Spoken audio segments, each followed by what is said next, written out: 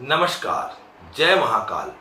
स्वागत है आपका हमारे चैनल ज्ञान के अनमोल मोती में। मैं संजय शर्मा आपका हार्दिक स्वागत करता हूं हमारे चैनल ज्ञान के अनमोल मोती में।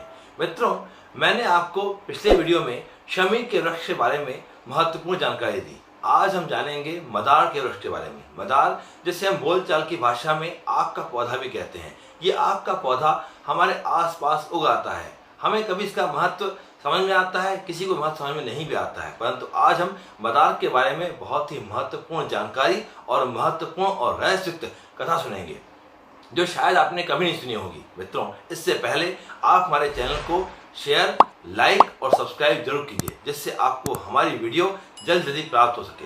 मित्रों, मदार का वृक्ष हमारे आसपास आसानी से उग आता है, परंतु हमने कभी इस बात पर ध्यान नहीं दिया कि इसकी उत्पत्ति कहाँ से हुई, अर्थात ये सबसे पहले इस पृथ्वी पर कहाँ से आया और कैसे उत्पन्न हुआ। इस संबंध में एक पौराणिक कथा है कि ऋषि औरव की कोई संतान नहीं थी। बहुत दिनों के बाद उन्हें एक संतान प्राप्त हुई, पुत्री प्राप्त हुई। उसका नाम उन्होंने शमी रखा। शमी जब 7 वर्ष की हुई तो उन्होंने उसका विवाह धौम्य ऋषि के पुत्र मदार से कर दिया। मदार चूंकि शौनक ऋषि के आश्रम में शिक्षा ग्रहण कर रहा था, इसीलिए विवाह के उपरांत वह शौनक ऋषि के आश्रम में पुनः लौट गया और शिक्षा दीक्षा पूर्ण होने के बाद जब वह युवावस्था को प्राप्त हुआ तो शमी को लेने के लिए अपने ससुराल गया। और शमी भी युवावस्था को प्राप्त हो चुकी थी। उसको विदा करके जब वे घर लौट रहे थे तो रास्ते में ऋषि भृशंडी का आश्रम आया। उस ऋषि भृशंडी के आश्रम में दोनों ही शमी और मदार पहुंचे। मित्रों, यहाँ यह बात स्पष्ट करना अत्यंत आवश्यक है कि ऋषि भृशंडी ने भगवान गणपति की तपस्या करके ऐसा वरदान प्राप्त कर लिया था जिससे वे अपना स्वरूप स्वयं भगवान गणपति के अनुरूप अर्थात अपने कपाल से सूंड निकाल सकते थे। जिस समय शमी और मदार ऋषि भृशंडी के आश्रम में पहुंचे, उस समय ऋषि भृशंडी के कपाल से सूंड निकल रही थी। उनका यह रूप देखकर अचानक दोनों को हंसी आ गई।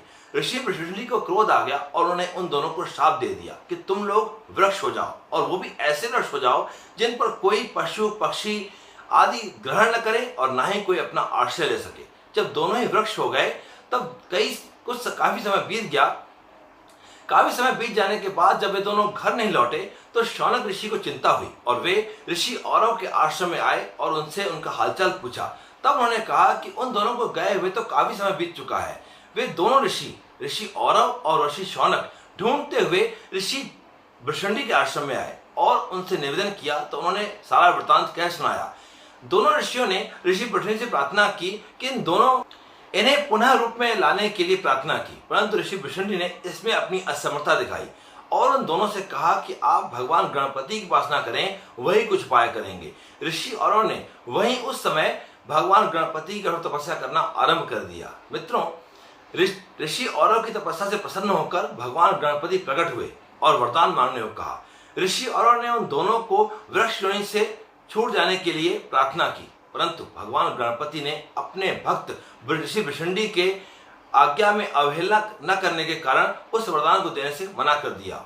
लेकिन उन्होंने भगवान गणपति ने यह वरदान दिया कि ये दोनों वृक्ष तीनों लोकों में प्रसिद्ध होंगे।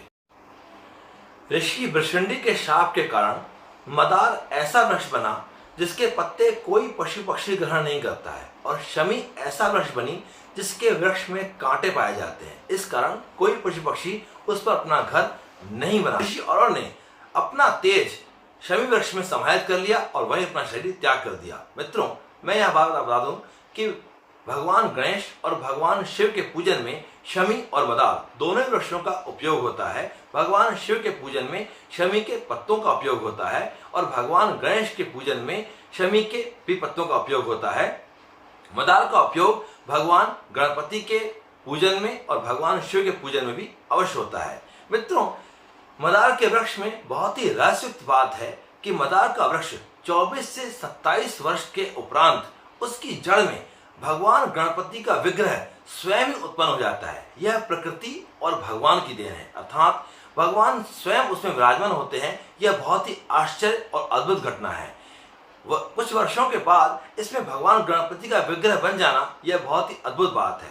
उस मदार के वृक्ष के नीचे भगवान गणपति का विग्रह बन जाने के बाद यदि गुरु पुष्य या रवि पुष्य नक्षत्र में इसे वहां से उखाड़ कर ले आया जाए तो साक्षात भगवान गणपति उसमें किसी न किसी रूप में दिखाई देते हैं उसे अगर अपने घर पे लाया जाए और साफ धोकर गंगा जल से शुद्ध करके चमेली के तेल में, तिल के तेल में आदि सुगंधित तेलों में सिंदूर मिलाकर भगवान गणपति का लेपन किया जाए और उसे शुद्ध स्थान पर, पूजन स्थान पर पीला कपड़ा बिछाकर उन्हें वहां पर स्थापित कर दिया जाए और ओम गंग गणपते नमः मंत्र की 11 या 21 माला का जाप किया जाए। मित्रों, मंत्र एक बार फिर, ओम गंग गणपते नमः। यह गणपति भगवान का बहुत ही सिद्ध मंत्र है। इस मंत्र से 11 या 21 बार भगवान गणपति का जाप करने से यह गणपति मूर्ति सिद्ध हो जाती है और उसके बाद भगवान गणपति को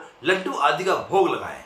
इस प्रकार से नित्य 7 दिनों तक भगवान गणपति के आगे बैठकर इस श्वेतार गणपति की उपासना की जाए और पूजा अर्चना की जाए तो भगवान श्वेतार गणपति सिद्ध हो जाते हैं और सब प्रकार से धन, धान्य, सुख, संपत्ति देने वाले हैं। जिस घर में श्वेतार गणपति होता है, शत्रु उसका कुछ नहीं बिगाड़ सकते। मित्रों, यहाँ एक अद्भुत बात है कि जिस घर में श्वेतार गणपति होते हैं वहां धन धान्य की कोई कमी नहीं होती है। यदि इसे पूजा स्थल पे या अपने घर की तिजोरी में रखा जाए तो भगवान गणपति इस घर में सुख, सौभाग्य और घर की रक्षा भी करते हैं। जिन बच्चों को नजर लग जाती है उन बच्चों के नजर दोष को दूर करने के लिए श्वेतार गणपति के जड़ का छोटा सा टुकड़ा उनके गले में ताबीज के रूप में बांध दिया जाए तो उनको नजर दोष दूर हो जाती है। मित्रों, इसके पुष्पों का उपयोग भगवान शिव के पूजन में होता है। मदार के कई और भी औषधीय गुण हैं जिनका बाद में वर्णन किया जाएगा। मित्रों, मैंने आपको शमी के वृक्ष के बारे में पिछले वीडियो में बताया।